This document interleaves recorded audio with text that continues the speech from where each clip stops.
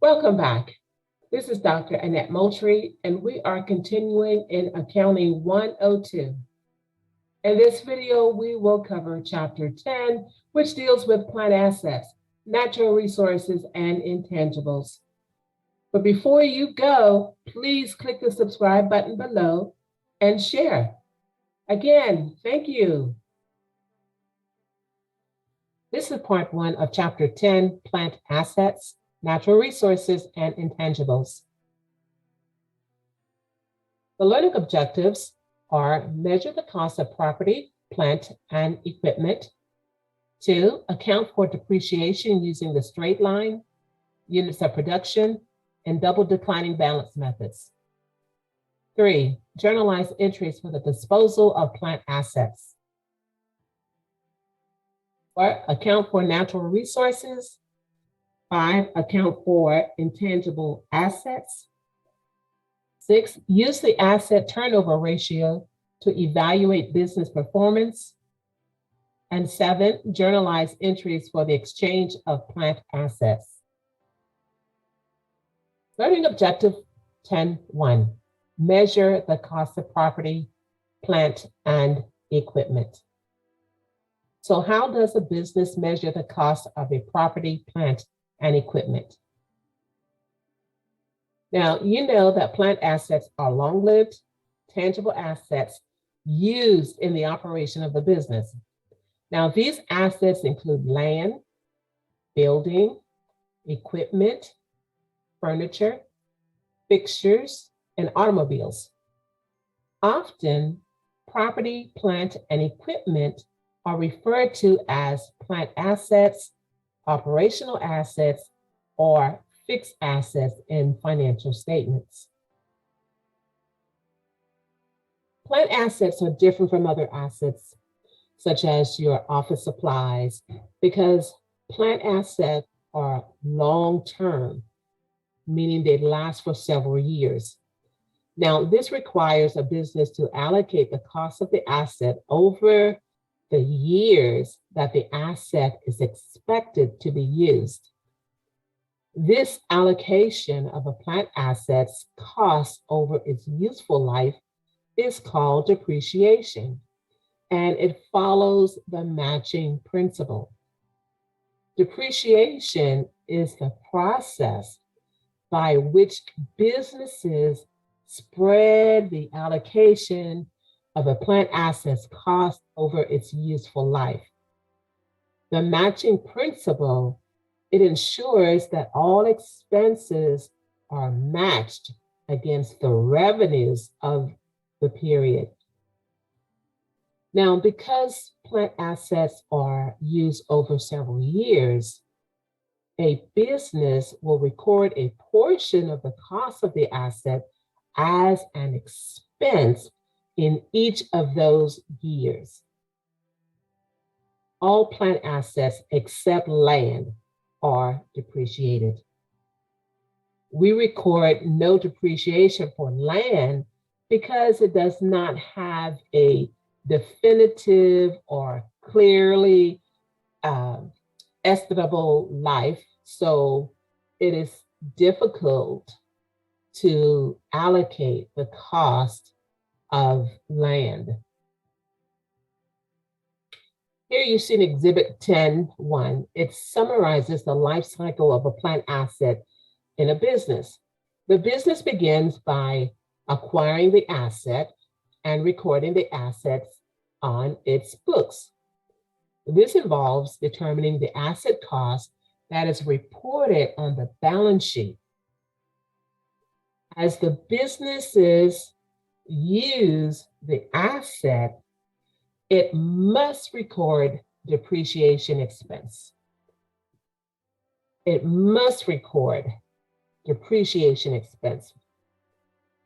In addition, the business also incurs additional expenses such as repairs and maintenance that's related to the asset. And then finally, when the asset has reached the end of its useful life, the business disposes of the asset. Now, each of these stages in the life of a plant asset, it must be recorded on the business's books.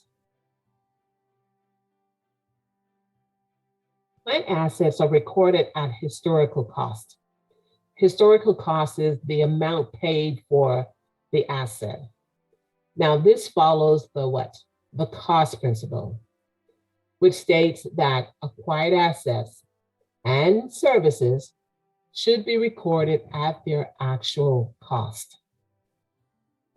The actual cost of a plant asset is its purchase price plus taxes, purchase commissions, and all other amounts paid to ready the asset for its intended use. The cost of land includes a purchase price. It includes brokerage commission, survey, legal fees, delinquent property taxes, title transfer fees, the cost of clearing the land, the cost of removing old buildings if it's on the land.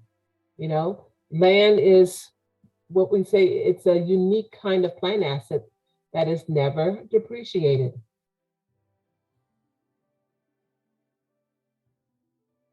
The cost of land does not include fencing. It does not include paving, sprinkler systems. It does not include lighting, signs, and other improvements to the land, such as landscaping. It does not include it, okay?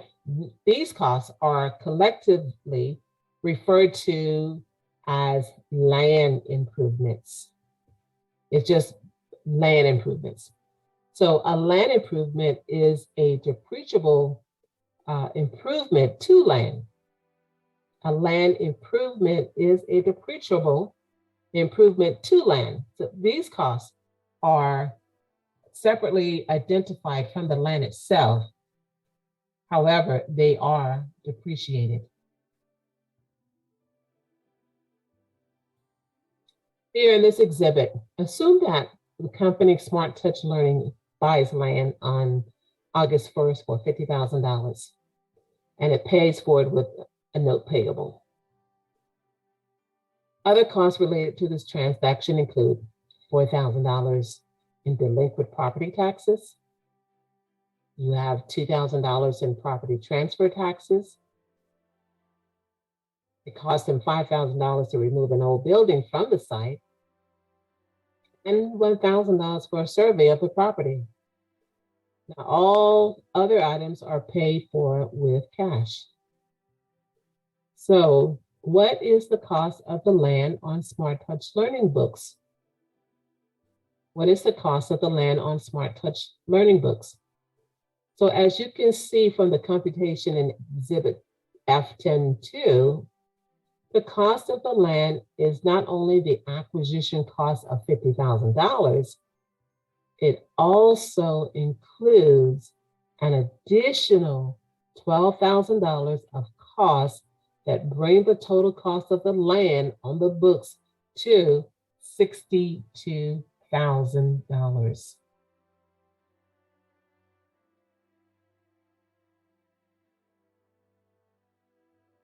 Now, the journal entry to record the acquisition of the land would include what?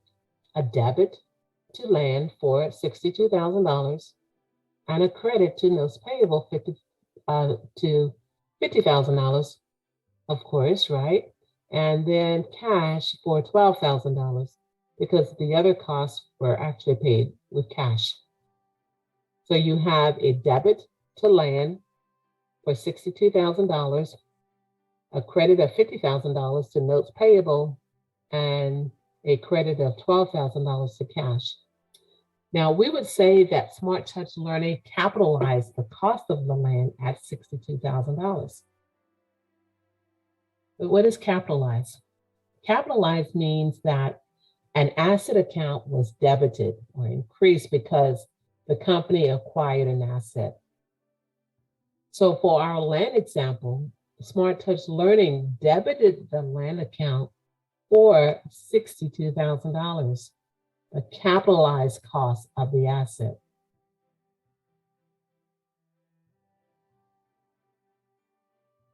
And land improvements are two entirely separate assets. Okay. Recall that land is not depreciated. Land is not depreciated. However, the cost of land improvements is depreciated over the asset's useful life. Here you see in this example, Smart Touch Learning pays $20,000 for fences, paving, lighting, and signs on August 5th, 2025. There's a debit for $20,000 to land improvements, and then there's a credit to cash for $20,000.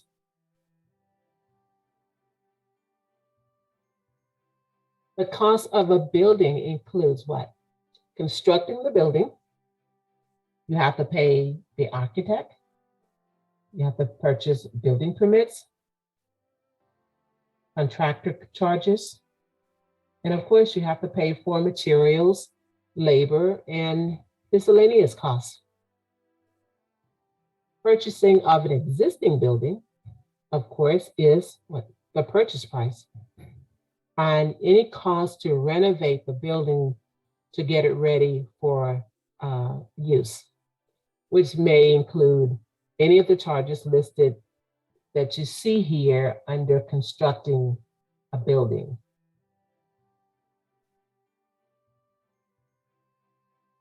The cost of machinery and equipment includes the purchase price, transportation charges, insurance while in transit, sales tax, and other taxes, purchase commission.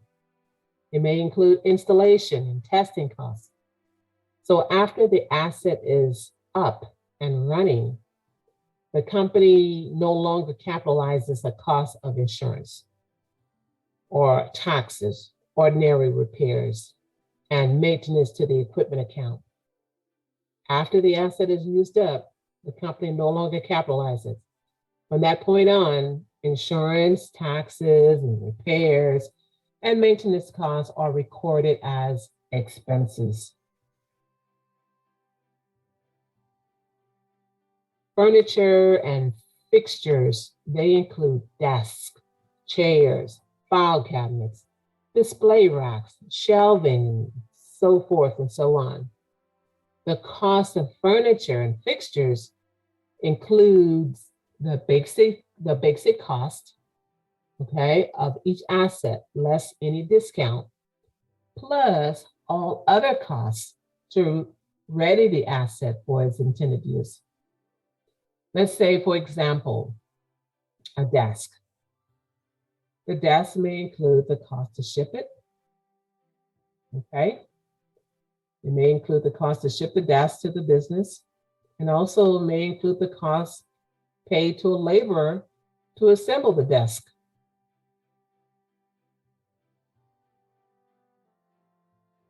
A company may pay a single price for several assets as a group. Now, this is called a lump sum purchase or a basket purchase. For example, Smart Touch Learning may pay a single price for land and a building. For accounting purposes, the company must identify the cost of each asset purchase. The total cost paid 100% is divided among the assets according to their relative market values. The relative market value method is a method of allocating the total cost of 100% of multiple assets purchased at one time. Then the total cost is divided. It is divided among the assets according to their relative market values.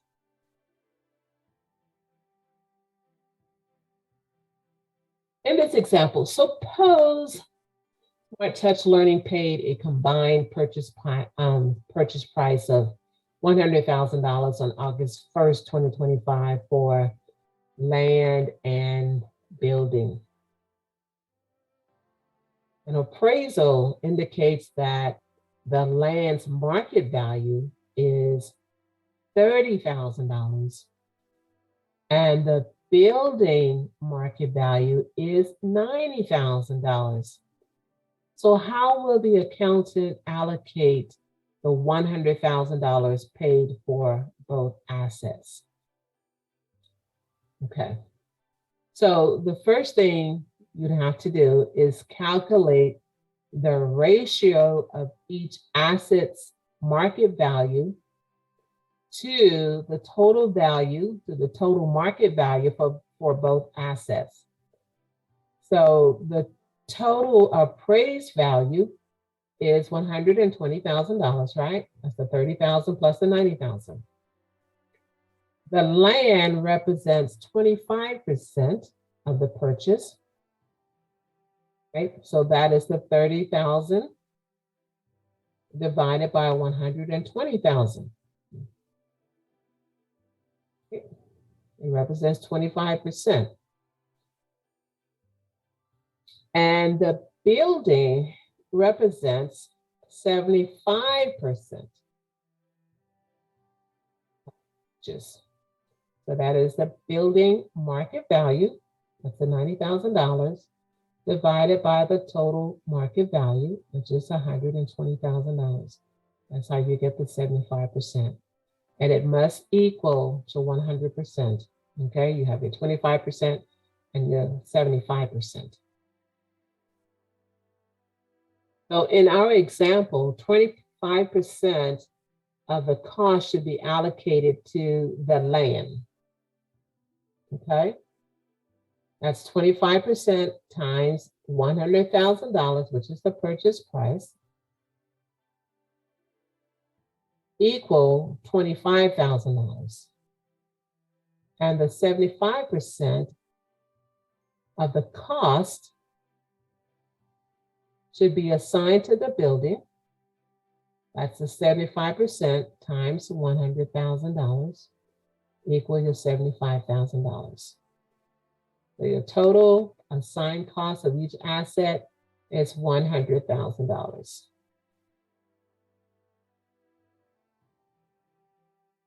The journal entry will include a debit to land for $25,000, a debit of $75,000 to building, and a credit of $100,000 to notes payable. That is to record the purchase of land and building in exchange for note payable.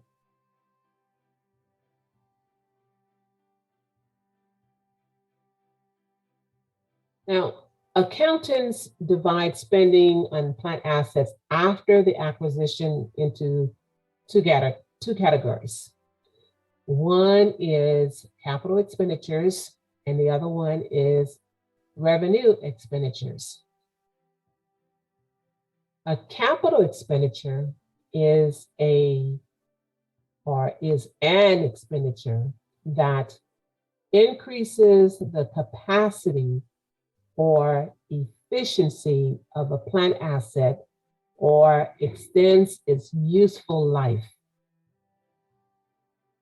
Capital expenditure is also called a balance sheet expenditure because the cost of the expenditure is reported on the balance sheet as an asset. A capital expenditure is debited to an asset account because it increases the asset's capacity or efficiency or extends the asset's useful life. Examples of capital expenditures include the purchase price plus all the other costs to bring an asset to its intended use.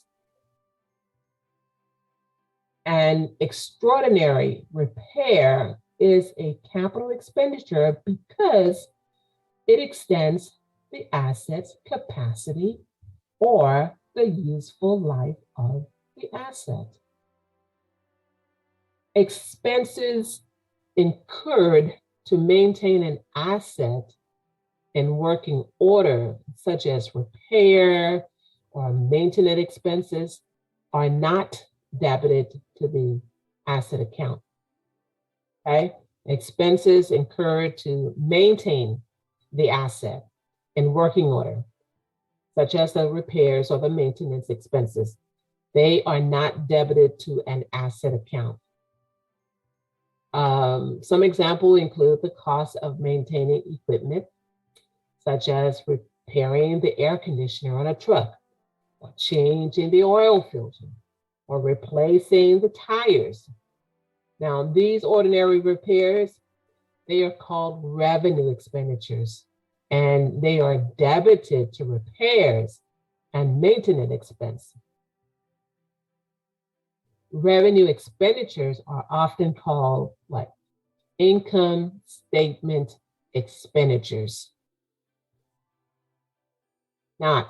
They do not increase the capacity or efficiency of an asset or extend its useful life. And they are reported on the income statement as an expense in the period incurred.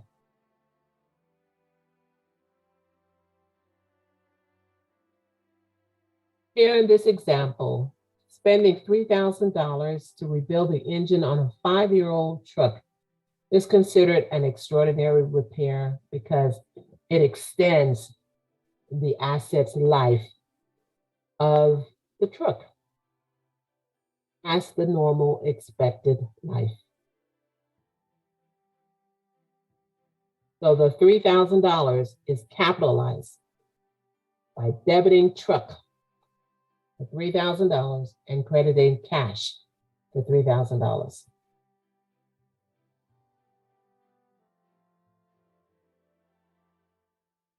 Here in this example, Smart Touch Learning, they paid $500 cash to replace tires on the truck. The expenditure does not extend the useful life of the truck, nor does it increase its efficiency. So the $500 is expense by debiting repairs and maintenance expense and crediting cash for the $500.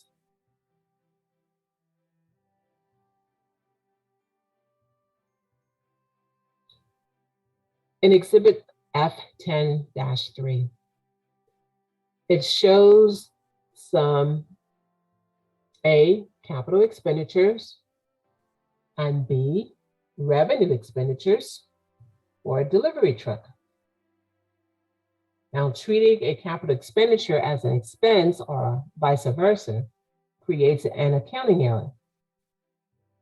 But suppose a business replaces the engine in a truck. This would be an extraordinary repair because what? It will increase the truck's life. If the company expenses the cost by debiting repairs and maintenance expense rather than capitalizing it, meaning debiting the asset, the company would be making an accounting error. And this error will have effects on different accounts.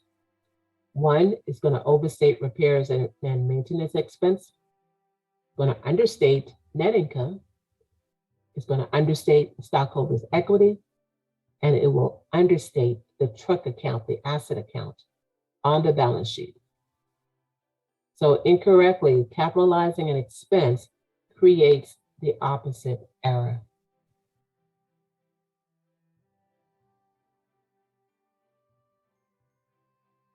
An example of weather data used would be if a certain time period generally has more rain than other months, the company can schedule inside maintenance during that time period, and they can wait to do the outside maintenance, such as roof repairs and painting during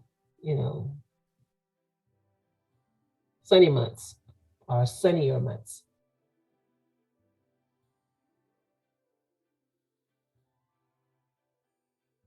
If data can reveal problems, such as when a faucet is running nonstop, or if a toilet is leaking, maintenance technicians can be alerted to make needed repairs. Not only does this help conserve resources for the environment, but it also lowers the cost of expenses, resulting in higher profits.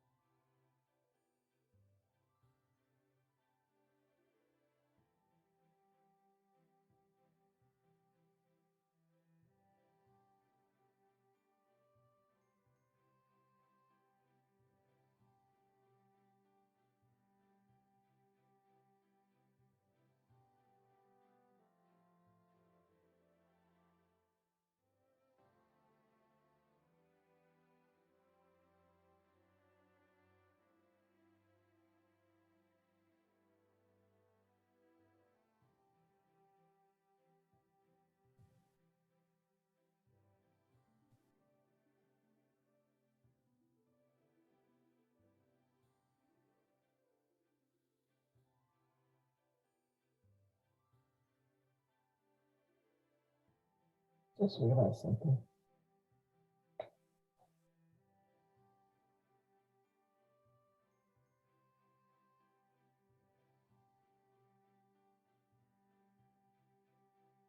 This is the end of part 1, learning objective 10.1, measure the cost of property, plant, and equipment. Stay tuned for learning objective 10.2.